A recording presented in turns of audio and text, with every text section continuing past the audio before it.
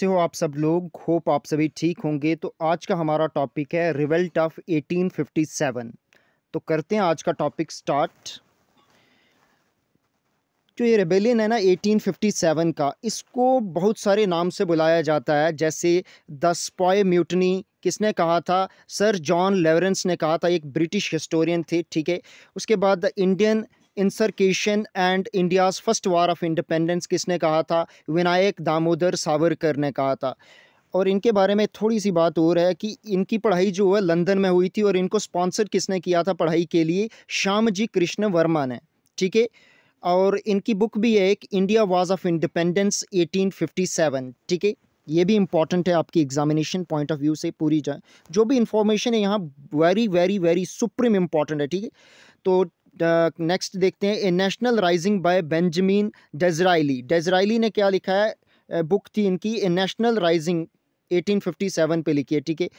A feudal outburst led by feudal chief by Pandit Jawaharlal Nehru ने बोला था। Conflict between civilisation and barbarism किसने कहा था? ये टी.आर. हॉलमस ने कहा था। ये इनकी बुक थी 1857 पे, ठीक है। उसके बाद क्या था? Civil rebellion in Indian mutinies किसने कहा था? S.B. चौधरी जी ने कहा था। Civil rebellion in Indian mutinies, ये इनकी किताब थी किस पे? रिवल्ट ऑफ 1857 पे।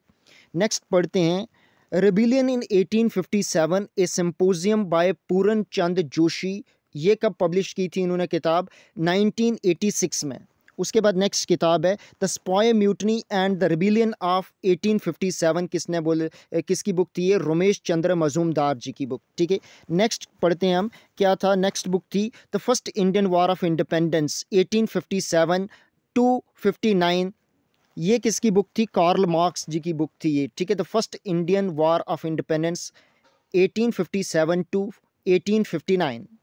नेक्स्ट बुक कौन सी थी? The Indian mutiny of 1857 by George Bruce Malleson. ये इनकी बुक थी द इंडियन म्यूटनीज ऑफ 1857। फिर नेक्स्ट बुक थी great mutiny by Christopher Herbert की थी। क्रिस्टोफर हेबर्ट की बुक थी great mutiny. The so-called first national war of independence is neither first nor national nor a war of independence। ये किसकी book थी? रमेश चंद्र मजूमदार जी की बुक थी, ठीक है। असबाब ए बगावत हिंद, ये किसकी बुक थी? सर सैयद अहमद खान की। और ये कब पब्लिश की थी उन्होंने? 1859 में। ये किस भाषा में लिखी थी? उर्दू में लिखी थी, ठीक है।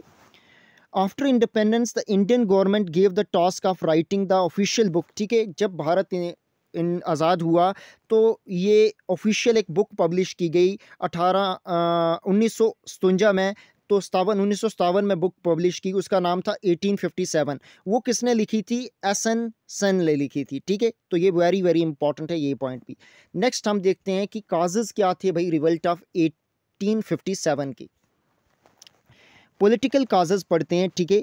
जो नाना साहब जिनका ओरिजिनल नेम था धोंदू पंत, ठीक है, उनको जो पेंशन देते थे उनको रिफ्यूज़ कर दिया गया, क्योंकि उनको बोला गया कि आप अडॉप्टेड सन हो पेशवा बाजीराव टू के, ठीक है। इसलिए उनकी पेंशन बंद कर दी गई। उसके बाद द डॉक्ट्रिन ऑफ लैप्स लाया। किसने लाया था भाई? ये लाया था लॉर्ड डलहौसी ने। कब लाया था? जो गवर्नर जनरल रहे हैं 1848 से 56 तक।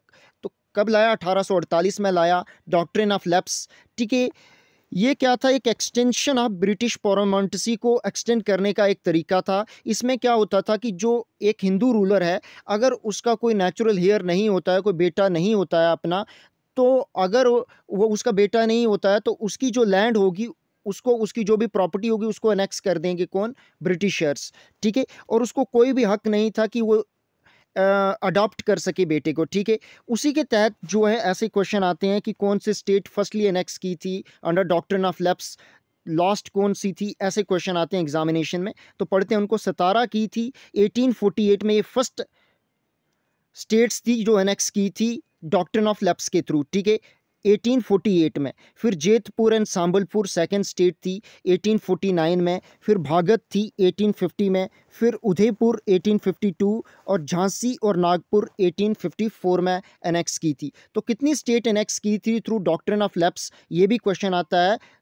तो 6 स्टेट की थी जो डॉक्ट्रिन ऑफ लैप्स के तहत इन्होंने एनेक्स की थी, ठीक है। नेक्स्ट हम पढ़ते हैं इकोनॉमिक काजेज़। तो क्या कर रहे थे ब्रिटिशर, बहुत ज़्यादा टैक्सेशन लगा रहे थे और इनकी बहुत सारा डिस्क्रिमिनेशनरी टैरिफ पॉलिसी थी। जो भी ब्रिटिशर यहाँ पे रह रहे थे उन पे अलग टैरिफ लगता था, और जो भी उनके मतलब अपने थे कोई अच्छे फैमिली फ्रेंड्स ये वो, उनसे कम चार्ज करते थे टैरिफ और बाकी लोगों से बहुत ज़्यादा टैरिफ चार्ज करते थे। इससे क्या हुआ कि ट्रेडिशनल हैंडीक्राफ्ट जो था उसकी डिस्ट्रक्शन हुई, पीजेंट को बहुत ज़्यादा हिट किया। उसके इसी की वजह से क्या हुआ कि 12 मेजर और माइनर फमाइन आए 1770 से लेकर 1857 तक। इन्होंने इतना ज़्यादा स्ट्रिक्ट, और ये किसकी वजह से हुआ, ये क्रूल और स्ट्रिक्ट रेवेन्यू पॉलिसीज़ किसकी, ईस्ट इंडिया कंपनीज़ की, ठीक है। और उसके खिलाफ जो भी डिज़ास्टर फमाइन आता था उसके खिलाफ कोई भी ऐसी पॉलिसी नहीं बनाते थे ताकि उसको टैकल कर सकें उस डिज़ास्टर को, ठीक है। नेक्स्ट पढ़ते हैं हम मिलिट्री डिस्क्रिमिनेशन। जो इंडियन सोल्जर थे ना उनको कम सैलरीज दी जाती थी और उनको सूबेदार से कम रैंक तक ही उनको प्रमोट किया जाता था, ठीक है। और रेशियली इंसल्टेड किया जाता था, जाति पाति कलर के आधार पे उनको बहुत इंसल्ट करते थे, ठीक है। और जैसे वो फॉरेन अलाउंसेस जैसे भत्ता वगैरह होता था, अगर रिमोट रीजन ऐसा जैसे पंजाब और सिंध में लड़ाई लड़ने के लिए जाते थे तो ब्रिटिशर्स को तो अलाउंस मिलता था, ठीक है। बट जो भारतीय सैनिक थे उनको कोई भी अलाउंस नहीं मिलता था, ठीक है। उसके बाद क्या है कि सोशल और रिलीजियस डिस्क्रिमिनेशन पढ़ते हैं हम, ये भी एक काज था, ठीक है। थ्रू चार्टर्ड एक्ट 1813 में आया, उससे क्या होने लगा, जो इंग्लिश मिशनरीज थे वो भारत में आए, जिसके बाद उन्होंने क्या कर दिया, कन्वर्जन स्टार्ट कर दिया, ठीक है। धर्म बदलना लोगों का कर दिया, ठीक है, क्रिश्चियनिटी में बदलना शुरू कर दिया। तो जिससे क्या होता है, उसके बाद होता है 1829 में इन्होंने क्या किया कि सती प्रथा और इन्फेंटिसाइड को ख़त्म किया। 1837 में इन्होंने इंग्लिश को कोर्ट लैंग्वेज बना दिया और पहले पर्शियन थी उसको रिप्लेस कर दिया, ठीक है। उसके बाद 1843 में क्या होता है कि स्लेवरी, एवोल्यूशन ऑफ स्लेवरी कर गई। उसके बाद 1843 में ह्यूमन सेक्रीफाइस को प्रोहिबिट कर गए, ठीक है। उसके बाद 1844 में इंग्लिश को गवर्नमेंट सर्विस में कंपलसरी कर गए, इंग्लिश लैंग्वेज को, ठीक है। 1856 में विडो रीमैरिज एक्ट लाया, ठीक है। तो ये भी प्रभाव थे, बिलश के बड़े अच्छे स्टेप्स थे, मगर लोग जो थे थोड़े इसको नहीं मानने वाले, थोड़े ट्रेडिशनल लोग थे, तो उन्होंने इसको नहीं, ये भी एक रीज़न माना जाता है, ठीक है। तो नेक्स्ट हम पढ़ते हैं क्या, जो इमीडिएट काज था ना, इमीडिएट काज कौन सा था कि क्या किया इन्होंने कि एक इनफील्ड राइफल आई, ठीक है, किसकी प्लेस में, ब्राउन बेस की जगह पे, ठीक है। उसका कार्ट्रिजेस जो होता था, उसका कार्ट्रिजेस जो बना था वो किसका था जी, एनिमल के फैट से बना हुआ था, किसके काऊ और पिग के फैट से, ठीक है। और जब वो लोड करना होता था राइफल में तो उसको क्या करना, काटना पड़ता था मुंह से। तो अगर जो maximum majority of the soldier थे वो कौन थे, हिंदू और मुस्लिम थे, तो उनके धर्म पे बात आ गई, भाई अब कैसे हिंदुओं के लिए गाय माता, तो वो किसकी है, कैसे उसका फैट जो है बनी हुई तो मुंह में डालेंगे, ठीक है। तो ये भी एक इमीडिएट काज था, मेन रिवल्ट इसी से शुरू हुआ था, ठीक है। तो ये क्वेश्चन आता है कि what was the immediate cause of revolt of 1857, तो वो कौन था, इनफील्ड राइफल था, ठीक है। नेक्स्ट हम पढ़ते हैं क्या, एक और काज था डिसलाइक फॉर फॉरेन रेजिम। कहते पहले क्या होता था, पहले भी फॉरेनर इन्वेजन्स हुए हैं मगर वो रूल करने के लिए भारत में आते थे और सेटल होके यहाँ के कल्चर के साथ मिक्सअप हो जाते थे। पर सिर्फ ब्रिटिशर आए थे लूट पाट करने के लिए, ठीक है। वो भारतीयों को क्या कि एरोगेंट, भाई इनको पता ही नहीं कुछ भी, जाहिल लोग हैं, ठीक है। तो इससे क्या होता है कि एंटी ब्रिटिश फीलिंग्स जो हैं जागने शुरू हो जाती हैं लोगों में। और मेन काज क्या था, इनफील्ड राइफल्स था, जिसकी वजह से क्या होता है कि 29 मार्च 1857 में क्या होता है कि एक स्पॉय होते हैं, सैनिक होते हैं बारकपुर के, उनका नाम होता है मंगल पांडे, ठीक है। वो बिलोंग करते हैं 34th नेटिव इन्फेंट्री से। इन्फेंट्री क्या होता है कि पैदल सैनिक, और कैवेलरी क्या होता है, जो घोड़ा सवार होते हैं ना सैनिक, उनको कैवेलरी कहते हैं, ठीक है। तो होता क्या है कि मंगल पांडे ये थे पैदल सैनिक थे, ठीक है। तो इन्होंने क्या किया कि अपने ही सुपीरियर पे गोली चला दी और इसके बाद इनको हैंग हो जाते हैं, इनको फांसी चढ़ा दिया जाता है 6 अप्रैल को। इसके बाद क्या होता है, दूसरा इंसिडेंट होता है जी 24 अप्रैल 1857 में। कहाँ पे होता है जी, ये मेरठ में ही होता है, ठीक है। तो उसके ये क्या करते हैं, यहाँ पे 3rd नेटिव कैवेलरी जो बंगाल कैवेलरी के नाम से जानी जाती है, उसके 5 सिपाहियों को हैंग कर दिया जाता है, ठीक है, और 85 इम्प्रिजनमेंट में डाल दिए जाते हैं। कब? 24 अप्रैल 1857 में।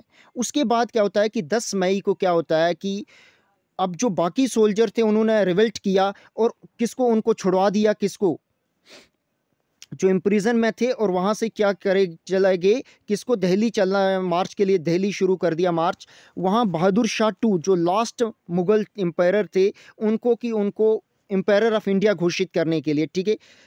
उसके बाद क्या होता है कि जून 18 जो ये थी ना 10 मई, इसी को बोला जाता है, क्वेश्चन आता है कि when was 18 the revolt of 1857 revolt started, तो कब स्टार्ट हुआ था, ये क्वेश्चन आता है, बहुत एग्जामिनेशन में पूछा गया है, तो कब शुरू हुआ था। ऐसे तो 29 मार्च 1857 में जो मंगल पांडे जी ने क्या किया था, रिफ्यूज़ किया था राइफल्स को जो कैटरेजेस से बनी हुई थी उनको चूज़ नहीं करने के लिए। बट होता क्या है कि इसके बाद क्या होता है कि जो मेन रिवल्ट है वो कब शुरू हुआ है, मई 10 1857। कहाँ से? मैरूट से, ठीक है, जो आज कहाँ पे, मैरूट एक उत्तर प्रदेश की सिटी है, ठीक है। तो उसके बाद क्या होता है कि जून 1857 में क्या होता है कि रिवल्ट झांसी, ग्वालियर, लखनऊ, इलाहाबाद में फैल जाता है, ठीक है। उसके बाद आस्ता आस्ता ये इंटायर बंगाल में फैल जाता है, ठीक है। और रिवल्ट इससे अवध, बुंदेलखंड, द्वीप और Bundelkhand, central India, large part of Bihar और ईस्टर्न पंजाब में रिवल्ट फैल जाता है। अब यहाँ से क्वेश्चन आते हैं, बहुत इंपॉर्टेंट हैं कि leader associated with the revolt, कहाँ से कौन से लीडर एसोसिएटेड थे, और ब्रिटिश को ऑफिशियल कौन से थे जिन्होंने इसको सप्रेस्ड किया था रिवल्ट को अलग अलग जगहों पे। तो बैरकपुर से थे जो आज वेस्ट बंगाल में है, ठीक है। मंगल पांडे थे बैरकपुर से, ठीक है। दिल्ली से बहादुर शाह टू, जनरल भगत खान और हाकिम अशनुल्ला, ठीक है। जो हाकिम अशनुल्ला थे ये चीफ एडवाइज़र थे बहादुर शाह टू के, जो लास्ट मुगल एम्पायर थे, ठीक है। और ब्रिटिशर जिनने सप्रेस किया था मूवमेंट वो कौन थे? जॉन निकोलसन, ठीक है। ये भी बहुत इंपॉर्टेंट है, ठीक है। नेक्स्ट हम पढ़ते हैं बरेली से। बरेली यूपी का शहर है, वहाँ से थे खान बहादुर खान। और ब्रिटिशर कौन थे जिनने सप्रेस किया था? सर कोलिन कैंपबेल, ठीक है। नेक्स्ट है मैंडसौर। मैंडसौर मध्य प्रदेश का एक शहर है, वहाँ से कौन से? फिरोज शाह थे, ठीक है। ग्वालियर, कानपुर यूपी से कौन थे? तांत्या टोपे थे। असम से कौन से थे? असम से थे कांदा परेश्वर सिंह और मनी रामा दत्ता, ठीक है। उड़ीसा से कौन से? सत्येंद्र शाही और उज्जवल शाही थे। ये बहुत इंपॉर्टेंट हैं, ठीक है, फैक्ट हैं, ये आपको एज इट इज़ ही याद रखना है, ठीक है। तो कुल्लू से कौन थे? राजा प्रताप सिंह थे। राजस्थान से थे कौन थे जी? जयदयाल सिंह एंड हरदयाल सिंह। गोरखपुर यूपी से कौन थे? गजदर सिंह जी थे। गोरखपुर एक सिटी है यूपी की, वहाँ के कौन से थे? गजदर सिंह। मथुरा ये भी यूपी की सिटी है, यहाँ से कौन थे? शिव सिंह, कादम सिंह और देवी सिंह, ठीक है। हरियाणा से थे राव तुलाराम। और बंदा यूपी में एक शहर है, ये भी बांदा, यहाँ से कौन थे? नवाब अली बहादुर। नेक्स्ट पढ़ते हैं कौन से? पटना। बिहार से कौन थे? मौलवी पीर अली, ये लीडर थे वहाबी मूवमेंट के, ठीक है। फतेहपुर यूपी आजिमुल्ला थे, ठीक है। अवध और रोहिलखंड ये भी एक यूपी का शहर है, यहाँ से मौलवी अहमदुल्ला से, इनको डंका शाह के नाम से भी जाना जाता है, ठीक है। किसको? मौलवी अहमदुल्ला को। मेरठ उत्तर प्रदेश का एक शहर है मेरठ, वहाँ से थे कादम सिंह। आवा और मारवाड़ राजस्थान के शहर हैं, यहाँ से थे कौशल सिंह। नेक्स्ट पढ़ते हैं इलाहाबाद एंड बनारस, ये भी उत्तर प्रदेश के शहर हैं, वहाँ से थे मौलवी लियाकत अली। और सप्रेस की इसका किसने किया था? ब्रिटिशर जिनने सप्रेस किया था वो थे कॉलोनियल और कर्नल कौन थे? ऑनसल। फैज़ाबाद उत्तर प्रदेश से थे मौलवी अहमदुल्ला, उन्होंने 1857 का रिवल्ट जो है डिक्लेयर किया। उन्होंने क्या बोला था? जिहाद अगेंस्ट इंग्लिश। और इन्हीं को बोला जाए, ये क्वेश्चन आया है, ठीक है, कि bitterest animal of the British during the revolt of 1857, वो कौन से थे? मौलवी अहमदुल्ला। फिर फर्रुखाबाद उत्तर प्रदेश का एक शहर है, वहाँ से कौन थे? तफजल हसन खान। बिजनौर उत्तर प्रदेश से कौन थे? मोहम्मद खान। मुरादाबाद से थे उत्तर प्रदेश से कौन थे? अब्दुल अली खान। नेक्स्ट पढ़ते हैं लखनऊ उत्तर प्रदेश से कौन से थे? बेगम हज़रत महल बिरकी बिरजिस कादिर अहमदुल्ला, ये एडवाइज़र थे नवाब ऑफ अवध के, ठीक है। और सप्रेस किसने किया था ये मूवमेंट, ये किया था हेनरी लेवरेंस ने, ठीक है। उसके बाद कानपुर उत्तर प्रदेश का एक शहर है, वहाँ से कौन थे, नाना साहिब, जिनको धोंदू पंत के नाम से जाना, ओरिजिनल नेम धोंदू पंत था। रॉय साहब जो नेफ्यू थे नाना साहिब के, और तांत्या टोपे जिनको बोला जाता है रामचंद्र पांडुरंगा, ओरिजिनल नेम था इनका। आजिमुल्ला खान ये एडवाइज़र थे नाना साहिब के। और सप्रेस किसने किया था, सर कॉलिन कैंपबेल ने, ठीक है। झांसी उत्तर प्रदेश से कौन थी, रानी लक्ष्मीबाई, ये बाल गंगाधर राव की वाइफ थी, ठीक है। और सप्रेस किसने किया था, जनरल ह्यूग रोज ने, ठीक है। उसके बाद बिहार जगदीशपुर से कौन थे, कन्वर सिंह एंड अमर सिंह। और सप्रेस किसने किया था इनका मूवमेंट, विलियम टेलर और विंसेंट आयरी, ठीक है। तो ये थे इम्पॉर्टेंट लीडर्स, ठीक है, जिनने मूवमेंट अलग अलग जगहों पे इनिशिएट किया था। और सप्रेस किसने किया था वो भी हमने पढ़ा, बहुत इंपॉर्टेंट है भाई, ये सब करना पड़ेगा आपको, ठीक है। उसके बाद नेक्स्ट पढ़ते हैं weakness of the revolt and it's suppression, किस तरीके से वीकनेस क्या थी, किस तरीके सप्रेस किया गया ये रिवोल्ट, ठीक है। तो क्या हुआ कि ये स्टार्ट इस तरीके से किया कि मतलब मैक्सिमम पार्टिसिपेशन नहीं थी लोगों की, जिस वजह से क्या इंटायर कंट्री में, इंटायर ग्रुप में ये फैला नहीं, ठीक है। उसकी वजह से क्या है कि साउथ इंडिया जो ईस्टर्न एंड वेस्टर्न इंडिया थे, उन्होंने इसमें पार्टिसिपेट ही नहीं लिया, ठीक है। जो बहुत सारे इंडियन किंग्स थे वो सपोर्ट ब्रिटिशर्स की करते थे, ठीक है। जैसे सिंधी ऑफ ग्वालियर हो गए, होलकर ऑफ इंदौर हो गए, Nizam of Hyderabad, Raja of Jodhpur, other Rajput ruler, Nawab of Bhopal, the ruler of Patiala, ठीक है, महाराजा ऑफ कश्मीर हो गए, the Ranas of Nepal and large number of big zamindar give active support, किसको सपोर्ट की उन्होंने, ब्रिटिशर्स को की, ठीक है। जो मॉडर्न एजुकेटेड इंडियन थे ना, उन्होंने भी सपोर्ट नहीं की, क्यों ना, बोला कि यार बैकवर्ड आउटलुक है इस रिवल्ट की, क्यों है, क्योंकि ये जो किंग्स जो भी रिवल्ट कर रहे हैं ये सिर्फ अपनी किंगडम बैक लेने के लिए कर रहे हैं जो एनेक्स की हुई है, बाकी ये कोई आम लोगों का भला नहीं चाह रहे हैं। तो इसलिए जो एजुकेटेड यूथ थे उन्होंने भी पार्टिसिपेट नहीं लिया रेबिलियन में, ठीक है। उसके बाद क्या है कि इसमें जो थी कि मॉडर्न वेपन्स, जिन्होंने रिवल्ट किया उन बेचारों के पास मॉडर्न वेपन्स ही नहीं थी, ठीक है, बेचारे पोर लोग थे, ठीक है। और ऑर्गेनाइज की थी, बड़ी पोरली ऑर्गेनाइज थी, कोई अच्छे तरीके से ऑर्गेनाइज्ड भी नहीं हुई थी, यूनिटी और कोऑर्डिनेशन नहीं था लोगों में, और फंड्स भी नहीं थी, ना ही प्लानिंग थी, और नेशनलिज्म की फीलिंग नहीं थी तब लोगों में, ठीक है। और बेटर कम्युनिकेशन और टेक्नोलॉजी जो ब्रिटिशर के पास थी बट भारतीय लोगों के पास नहीं थी, ठीक है। तो इससे क्या होता है कि आस्ता आस्ता ये रिवल्ट फाइनली 20 सितंबर 1857 तक ये पूरी तरीक़ा से ख़त्म हो जाता है रिवल्ट, ठीक है। तो उसके बाद क्या होता है कि 1859 में, ठीक है, क्या होता है कि 1859 तक फुल्ली अथॉरिटी री एस्टेब्लिश्ड हो जाती है ब्रिटिशर की। और ड्यूरिंग रिवल्ट ऑफ 1857 क्या होता है, ब्रिटिशर अपनी कैपिटल जो है शिफ्ट कर देते हैं अपने हेडक्वार्टर, कहाँ से, दिल्ली से इलाहाबाद को। इलाहाबाद आज प्रयागराज उत्तर प्रदेश का शहर है, ठीक है। आगे पढ़ते हैं हम कि क्या होता है कि फेट क्या होता है रेबेल का, ठीक है।